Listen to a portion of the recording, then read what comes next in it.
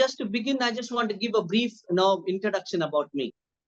और इससे पहले मैं शुरुआत करूं, मैं अपने बारे में जो है एक संक्षिप्त परिचय देना चाहता हूं। I was saved from a Hindu background और मैं एक हिंदू परिवार से बचाया गया in the year 94. और 1994 में From year 1995, I started doing full-time ministry. और 1995 से ही मैं पूरे समय की सेवकाई में शामिल रहा। Please don't listening to the years, don't think I'm an old man. और इन सालों को गिनने के बाद जो है मैं बहुत बूढ़ा हूं करके मत सोचिएगा। Pastor Simon said very rightly, I'm his younger brother, I'm not older brother. और पास्टर साइमन ने सही बोला था, मैं उनका छोटा भाई हूँ, बड़ा भाई नहीं हूँ। I'm still young. मैं अभी भी जवान हूँ। But in the young age, God gave me privilege to come and to serve Him. लेकिन बड़ी छोटी उम्र में ही परमेश्वर ने मुझे ये सौभाग्य दिया कि मैं उसकी सेवकाई को कर सकूं। Since then till now, God is faithful and God is leading me every step. और उसके बाद से अब तक परमेश्वर हमेशा विश्वास योग्य ठहरा और हर एक कदम में मेरी अगुवाई करता है। When I was called, I was an unworthy person. I did not have any qualification. और जब मेरे को परमेश्वर ने बुलाया तब मैं बहुत ही अयोग्य व्यक्ति था, मेरे पास कोई भी योग्यता नहीं थी। In my school studies, I have failed in 10th standard itself. और मैंने अपनी पढ़ाई में 10वीं क्लास में ही मैं अपनी परीक्षाओं में फेल हो गया। Further, I couldn't do anything. और उसके बाद कुछ कर भी नहीं पाया। But today, God's grace that God is using me among leaders, among pastors to train them, to teach them. और आज परमेश्वर के अनुग्रह की वजह से परमेश्वर मेरा इस्तेमाल कर रहे हैं पासवानों के बीच में, अगुवों के बीच में उन्हें प्रशिक्षित करने के लिए। The team which used to travel with me, they know very well. और जो मेरे संग जो दल के लोग हैं वो मेरे साथ यात्रा करते हैं, वो अच्छी तरह से जानते हैं। God is using us among pastors and leaders. और परमेश्वर हमें अगुवों के बीच में और पासवानों के बीच में इस्तेमाल कर रहा है। There are many superintendents and great leaders. They come under our sessions. और ऐसे कई भाग हुए जिसमें बड़े अगुवे लोग और वो सुपरिटेंडेंट लोग, वो सब जो है हमारे सेशन में भाग लेते हैं। It's all the grace of God. और ये सब परमेश्वर का अनुग्रह है। As we read from Philippians chapter 2 verse 9 to 11. और जब हम पढ़ते हैं फिलिपियो उसका दूसरा अध्याय और उसके 9 से 11 वचन में, Since I have very limited time, just giving you the reference. और मेरे पास समय कम होने की वजह से मैं सिर्फ आपको बता रहा हूँ, आप लिख के रख लीजिए इन वचनों को। Philippians chapter 2 verse 9 to 11 is a wonderful revelation where Paul is giving about Jesus Christ. और फिलिपियो उसका 2 के 9 से 11 एक सुंदर प्रकाशन है जहाँ पे पौलुस जो है यीशु मसीह के बारे में प्रकटीकरण करता है। To brief it, it says God has exalted the name of Jesus above every other name. और इसको संक्षिप्त में कहा जाए तो कि परमेश्वर ने अति महान भी किया है, उसका नाम दिया जो सब नामों में श्रेष्ठ है। I would humbly request that as you know finish of this, please go through this chapter. This chapter is a wonderful revelation about Jesus Christ. और मैं आपको सविनय जो है निवेदन करूंगा कि सभा की खत्म होने के बाद इस दूसरे अध्याय को, पूरे अध्याय को अच्छे से पढ़ के देखिए, जो बहुत ही अद्भुत अध्याय है। It says God has exalted the name of Jesus above every other name. और वो कहता है कि उसको वह नाम दिया जो सब नामों में श्रेष्ठ है। I tell you, the name of Jesus is given to us for salvation. It is not because he is one among the Trinity. और जो नाम यीशु का दिया है वो हमें इसलिए नहीं दिया गया क्योंकि वो भी त्रिएक परमेश्वर में से एक है, इस वजह से नहीं। I want to specify and tell you, it is not because Jesus is one among the Trinity, that's why his name is given to us for salvation. और यीशु नाम क्योंकि वो त्रिएक परमेश्वर में से एक नाम है करके इस वजह से उद्धार के लिए नहीं दिया गया है। I want to tell you, it is not because Jesus is a son of God, that is why his name is given to us so that we could be used for our salvation.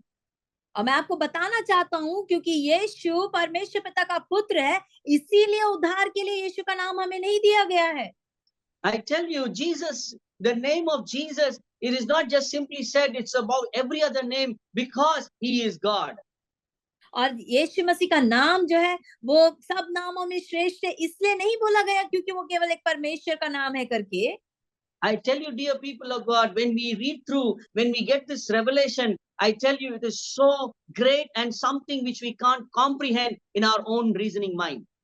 और मैं आपको बताना चाहती हूँ प्रिय परमेश्वर के लोगों कि ये जो बात है जो हम जान ले तो वह इतनी महान है कि जिसको हम अपने सोच विचार में भी नहीं सोच सकते, ऐसी एक बात है।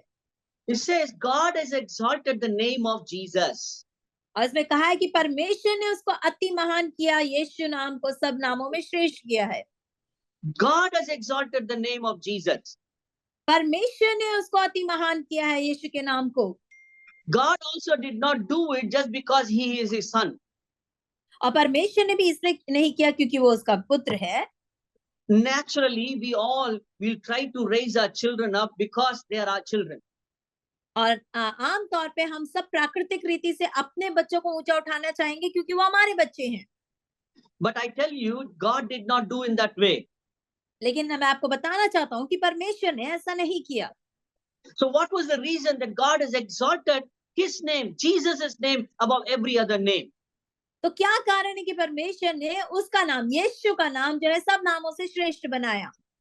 If you read from verse 6 to 8, अगर आप 6 से 8 वचन में पढ़ते हैं, the very reason we could understand why God has raised the name of Jesus above every other name. हमें वो कारण वहां पता चलता है क्यों परमेश्वर ने यीशु मसीह के नाम को सब नामों में श्रेष्ठ बताया है। But the important factor I want to highlight here is 8th verse. और लेकिन इसमें जरूरी जो बात है जिसको मैं आपको दिखाना चाहूंगा वो है 8वां वचन। He humbled himself and he was obedient. मनुष्य के रूप में प्रकट होकर अपने आप को दीन किया, यहाँ तक आज्ञाकारी रहा।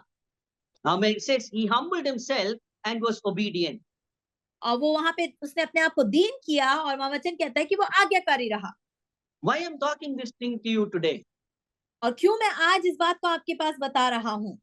Just from my life, I wanted to encourage each and every one of you. और अपने जीवन के द्वारा मैं आप में से हर एक को उत्तेजित करता हूँ। I tell you, dear people of God, the Lord whom we serve is a very loving God. और मेरे प्रिय परमेश्वर के लोगों, मैं आपको बताना चाहता हूँ जिस परमेश्वर की हम आराधना करते हैं वो बहुत ही प्रेमी परमेश्वर है। The Lord whom we serve is a Lord who cares for us. He is so much in love with us. और वो जो परमेश्वर जिसकी हम सेवा करते हैं वो हमारी चिंता करते हैं और बहुत ज्यादा हमसे प्यार करता है। But still, there are some principles that God has laid before us. लेकिन फिर भी हमारे आगे कुछ सिद्धांत है जो परमेश्वर ने हमारे आगे रखे हैं। If you read in 1 Peter chapter 5 verse 6 and verse 5 and 6. और अगर निकालेंगे पहला पत्रस उसका 5वां अध्याय और उसके 5 और 6 वचन को जब हम देखते हैं, 1 Peter chapter 5 verse 5 and 6. पहला पत्रस उसका 5 उसके 5 और 6 में इसी प्रकार है युवकों, तुम भी प्राचीनों के अधीन रहो, वरन तुम सब के सब एक दूसरे की सेवा के लिए दीनता से कमर बांधे रहो, क्योंकि परमेश्वर अभिमानियों का विरोध करता है परंतु दीनों पर अनुग्रह करता है। इसलिए परमेश्वर के बलवंत हाथ के नीचे दीनता से रहो, जिससे वह तुम्हें उचित समय पर बढ़ाए। God says, be humble yourself. You youngsters, you young people, submit yourself to one another, to your elders, and be humble yourself. और हम यहाँ पर परमेश्वर हमें कहता है कि नवयुवकों तुम भी प्राचीनों के अधीन रहो, एक दूसरे की सेवा के लिए दीनता से कमर कस के रहो करके लिखा है वचन में। And then the word of God says, God will exalt you in his appointed time. और तब उसके उचित समय पे वो आपको बढ़ाएगा करके परमेश्वर वचन कहता है। See, God will never change on from his words. और परमेश्वर अपने वचन से कभी बदलेगा नहीं। That's what Jesus did. और वही यीशु ने किया। He was humbled himself in serving one another. और उसने अपने आप को इतना दीन किया एक दूसरे की सेवा करने के लिए। That's what he said, I have not come here to be served, but I have come here to serve. इसीलिए यीशु मसीह ने कहा कि मैं सेवा करवाने नहीं लेकिन सेवा करने के लिए आया हूं करके। He humbled himself. उसने अपने आप को दीन किया। He was obedient. वो आज्ञाकारी था। Word of God says, till the death of the cross, he was obedient. और परमेश्वर का वचन कहता है मृत्यु तक वो आज्ञाकारी ठहरा। And that's where God has raised his name above every other name. और इसीलिए परमेश्वर ने उसके नाम को सब नामों में श्रेष्ठ जाना। I tell you, when Jesus was obedient till the cross, till the death of the cross, it means और मैं आपको बताऊं कि यीशु मसीह अपनी मृत्यु तक आज्ञाकारी रहा, उसका अर्थ ये है that he is not being obedient as a God, as a son of God. और वो वहां पे परमेश्वर का पुत्र होने की वजह से या परमेश्वर होने की वजह से आज्ञाकारी नहीं रहा, He did not go to cross as a God. और वो क्रूस पर परमेश्वर के रूप में नहीं चढ़ाया गया। I tell you, he bare the cross just like just a mere human being like you and me. और वो हम आप और मेरे समान एक साधारण व्यक्ति के रूप में उस कलवरी क्रूस को उठाया। That's where we are having salvation through his sacrifice. और इसीलिए हमें जो है उसके बलिदान के द्वारा उद्धार मिलता है। Because for the human sacrifice, some human has to be ready to take the price, take the punishment. और क्योंकि मनुष्य के बलिदान के लिए किसी एक को उस सजा को अपने ऊपर लेना था, किसी मनुष्य का उस सजा को अपने ऊपर लेना था। So that's why God has come into human. God, Jesus has come to the human form. और इसीलिए परमेश्वर यीशु मसीह जो है मनुष्य रूप में आया। Can you hear me? आप मुझे सुन सकते हैं? Yes. Okay, sorry. So Jesus died on the cross as a human being. और इसीलिए यीशु मसीह उस कलवरी क्रूस पर मनुष्य के रूप में मारा गया। And he was obedient, means he was obedient as a human being. और वो आज्ञाकारी हुआ तो उसका मतलब ये है कि वो मनुष्य के रूप में आज्ञाकारी ठहरा। And that is why, because of his humbleness, because of his obedience, God has exalted his name above every other name. और उसकी उस दीनता की वजह से, उसकी उस आज्ञाकारिता की वजह से ही परमेश्वर ने उसे सब नामों में श्रेष्ठ नाम जाना।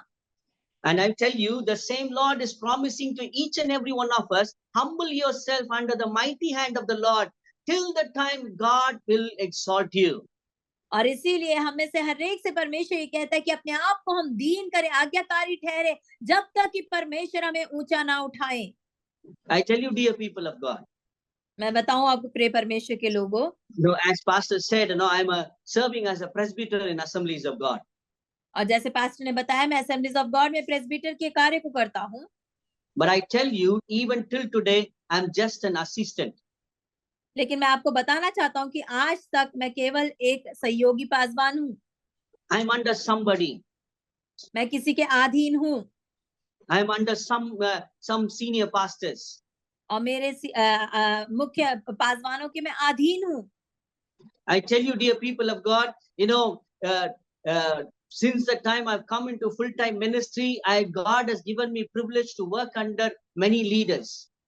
और जब से मैं प्रिय परमेश्वर के लोगों बताना चाहता हूँ, जब से मैं सेवकाई में आऊँ, परमेश्वर ने मुझे कई अगुओं के अधीन होकर काम करने के लिए मौका दिया।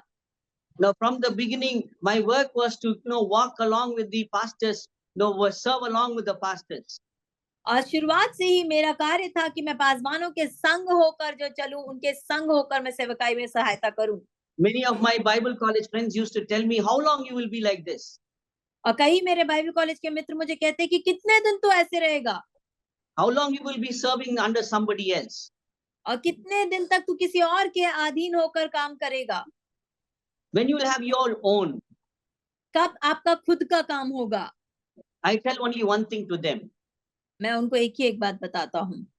Till the time my call is being fulfilled and my vision of what God has called for, it is fulfilled, I'm not worried if I'm working under somebody or if I'm doing my own. और मैं ये बोलता हूँ कि जब तक मेरी बुलाहट पूरी ना हुई हो, तो मैं इस बात से कभी चिंता नहीं करता कि मैं किसी के अधीन काम कर रहा हूँ या किसी के सहयोग में होकर चल रहा हूँ। I just have to fulfill only the call that God has laid in my life. मेरा केवल एक ही मकसद है कि मैं परमेश्वर ने जो बुलाहट मेरे जीवन में रखी है, मैं उसको पूरा करने पाऊँ। I'm just only here to do the work that God has given to me. और मैं केवल इसलिए हूँ कि जो परमेश्वर ने मुझे कार्यभार दिया है, मैं उसको पूरा कर सकूं। Why I'm saying this thing to you? और क्यों मैं इस बात को आपको बता रहा हूँ? In my life, I have experienced it. मैंने अपने जीवन में इस बात को अनुभव किया है।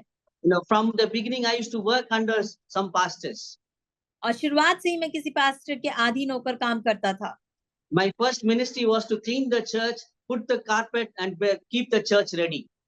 और मेरी पहली सेवकाई थी कि कलीसिया की सफाई करो, चटाई बिछाओ और कलीसिया को तैयार रखो। Nobody knew that I was doing that. और कोई नहीं जानता था कि मैं ये काम कर रहा हूँ करके। But from the same church, I was sent out लेकिन उसी कलीसिया से मुझे बाहर भेज दिया गया, because I was associated with some other people, some other pastor. He said, you can go along with them only.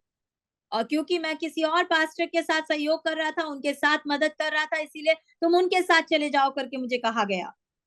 So when I was walking with my mentor, when I was walking with my pastor, he used to scold me, he used to correct me in front of everyone. I used to feel very embarrassed. और जब मैं अपने पासवान के अधीन होके काम कर रहा था, उनके साथ चल रहा था, तो वो हम मेरे एक अच्छे अगुवे थे, वो मुझे डाँटते थे और मैं सबके सामने मुझे बहुत शर्मिंदगी महसूस होती थी। Many a times, before some youngsters, he used to scold me, he used to correct me. और कई बार कई जवानों के आगे वो मुझे डाँटते थे और मुझे सही करते थे। I used to feel so embarrassed. मैं बहुत ही शर्मिंदगी महसूस करता था। And there was a time I was working in Jaipur. और ऐसा भी समय आया जब मैं जयपुर में काम कर रहा था। I was teaching in the Bible college there. और मैं वहाँ पर बाइबल कॉलेज में पढ़ा रहा था। I used to tell that pastor, everybody take advantage of me. Everybody is using me, as a tool, and they do make their work done. और मैं बोलता था कि पास्टर सब कोई मेरा इस्तेमाल कर रहे हैं, सब कोई मुझे उपयोग करते हैं अपने कामों को पूरा करने के लिए केवल। I used to feel so many times, I used to feel myself, how long I'll be like this, Lord? और मैं कई बार महसूस करता था और मैं कई बार सोचता था कि कब तक मैं ऐसे रहूंगा करके। But I tell you, dear people of God, from that place till today, God is leading me. God is raising me up. और लेकिन मैं आज आपको बताना चाहता हूँ मेरे प्रिय परमेश्वर के लोगों, उस दिन से अब तक परमेश्वर मेरी अगुवाई कर रहा है, परमेश्वर मुझे ऊंचा उठा रहा है। Today, God has kept me as a presbyter. आज प्रभु ने मुझे एक प्रेस्बिटर के रूप में रखा है। Last 8 years, I'm serving as a presbyter in Assemblies of God. Assemblies of God में पिछले 8 साल से मैं एक प्रेस्बिटर का कार्य कर रहा हूँ। By the grace of God, there are 9 churches under us. और परमेश्वर के अनुग्रह की वजह से 9 कलीसियाएं हमारे अधीन में हैं। There are 13 pastors are there in this section. और हमारे सेक्शन में 13 पासवान लोग हैं। All they respect me. और वो सब मेरा आदर करते हैं। They take my counsel. और वो मुझसे सलाह लेते हैं। And today, God has raised us in such a position. और आज परमेश्वर ने हमें ऐसे एक स्तर पे उठाया है। We travel along with Pastor Solomon Kings. और हम पास्टर सोलोमन किंग के साथ जो है यात्रा करते हैं। We train people, pastors. और हम पासवानों को जो है प्रशिक्षण देते हैं। And there are the pastors, they are superintendents, they are great leaders are there. We train them. और वहाँ पे कई बड़े-बड़े पासवान अगुवे होते हैं, उन सबको हम प्रशिक्षित करते हैं। There are pastors, those who have done PhDs. और ऐसे पासवान भी हैं जिन्होंने अपनी पीएचडी की पढ़ाई पूरी की है। And they all appreciate us and say, Pastor, your teaching is very nice. और वो सब हमारी सराहना करते हैं कि पास्टर आपकी शिक्षा जो है बहुत अच्छी है करके। They say, the way you teach us is very easy for us to understand. और जिस तरीके से आप सिखाते हैं बहुत आसान लगता है हमें समझने के लिए। I tell you, dear people of God, it is all because God has helped me to learn to be under submissiveness and to be obedient to the leaders that God has kept above us. और मैं आपको बताना चाहता हूँ मेरे प्रिय परमेश्वर के लोगों, ये सब इस वजह से हुआ कि जो अगुवे मेरे ऊपर थे, मैं उनके साथ अधीन में रहकर आज्ञाकारी होकर उनसे सीख पाया। I tell you, when you and I learn to be humble and to be obedient, I tell you, it might be painful, it might be hard, but the day will come, the time will come, God will raise you up. और शायद आपको अधीन रहने में थोड़ा दर्द होगा, थोड़ा बहुत ही दर्दनाक बात होगी, लेकिन एक समय आएगा जब परमेश्वर आपको ऊंचा उठाएगा। There will be a time where you feel like your own self is being crushed, your own identity is being crushed. We and I are not here to promote ourselves, our own identity. We are here to lift Jesus alone. और ऐसे कई समय होंगे जब आपको लग रहा है आपकी पहचान को वहां पर बिल्कुल चकनाचूर कर दिया गया है, आपके अपनेपन को वहां पे तोड़ दिया गया है, लेकिन हम यहाँ सेवकाई में अपने आप को दिखाने के लिए नहीं है, लेकिन हमें परमेश्वर को प्रदर्शित करना है। You just have only one thought, to raise and to exalt Jesus. God will raise you up. और आपके अंदर केवल एक ही जो है सोच होने पाए कि केवल यीशु के नाम को ऊंचा उठाना, और परमेश्वर खुद आपको ऊंचा उठाएगा। You know, your Lord loves you so much. You'll never, keep you to be in somewhere down, and He will never try to keep you embarrassed all the time. और आपका परमेश्वर आपसे इतना प्रेम रखता है कि वो कभी भी आपको जो है नीचा नहीं रहने देगा, आपको शर्मिंदा नहीं होने देगा। Because our God is faithful God. क्योंकि हमारा परमेश्वर विश्वास योग्य परमेश्वर है। The Lord who have exalted the name of Jesus above every name, He is a Lord for you and me. He is a Father for you and me. जिस परमेश्वर ने यीशु के नाम को सब नामों में श्रेष्ठ उठाया, वही हमारा भी परमेश्वर, हमारा भी पिता है। I just want to encourage you, dear people, don't get tired of being humble. Don't get tired of being obedient. God, till the God's time, you do your part, God will raise you up. और मेरे प्रिय मित्रों, मैं आपको उत्तेजित करना चाहूंगा कि परमेश्वर के नियत समय तक जो है अपने आप को दीन बना के रखे, अपने आप आज्ञाकारी होते रहे। अपने नियत समय पर परमेश्वर अपने आप आपको ऊंचा उठाएगा। Because I experienced in my life. क्योंकि यही बात को मैंने अपने जीवन में अनुभव किया है। And I surely believe God will do in each and every one of your life. और मैं पूरी आशा करता हूँ कि परमेश्वर हम में से हर एक के जीवन में जो है जरूर ऐसा करेगा। Thank you. God bless you all.